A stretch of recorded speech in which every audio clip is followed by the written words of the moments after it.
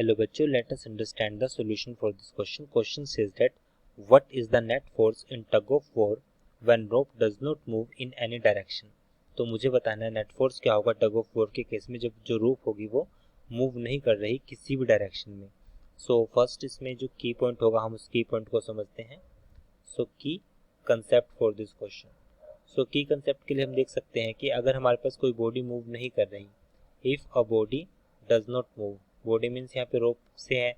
If a body does not move, अगर कोई body move नहीं कर रही, इट मीन्स उस पर लगने वाला जो एफ नेट होगा वो हमारे पास क्या होगा, 0.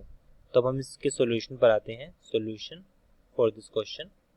तो अब हम देख सकते हैं कि जैसे सपोज करता हूँ ये मेरे पास रोप है. अब रोप पर लगने वाला जो फोर्स है टग ऑफ वॉर में इक्वल साइड से यहाँ पे कोई पर्सन उसको पुल कर रहा है और इक्वल फोर्स से यहाँ पर कोई पर्सन उसे पुल कर रहा है. तो इस केस में फोर्स F1 की वैल्यू और यहाँ पर क्या है F2 की वैल्यू. से if F1 equals to F2, अगर दोनों साइड से लगने वाला फोर्स इक्वल होगा, इट मीन्स इस केस में F net that will be equal to 0, because equal and opposite जो फोर्स होंगे एक दूसरे के इफेक्ट को कैंसिल कर देंगे. तो यहाँ पे F नेट कितना हो जाएगा, 0. इट मीन्स यहाँ पर लगने वाला जो फोर्स है हमारे पास वो एक बैलेंस्ड फोर्स है.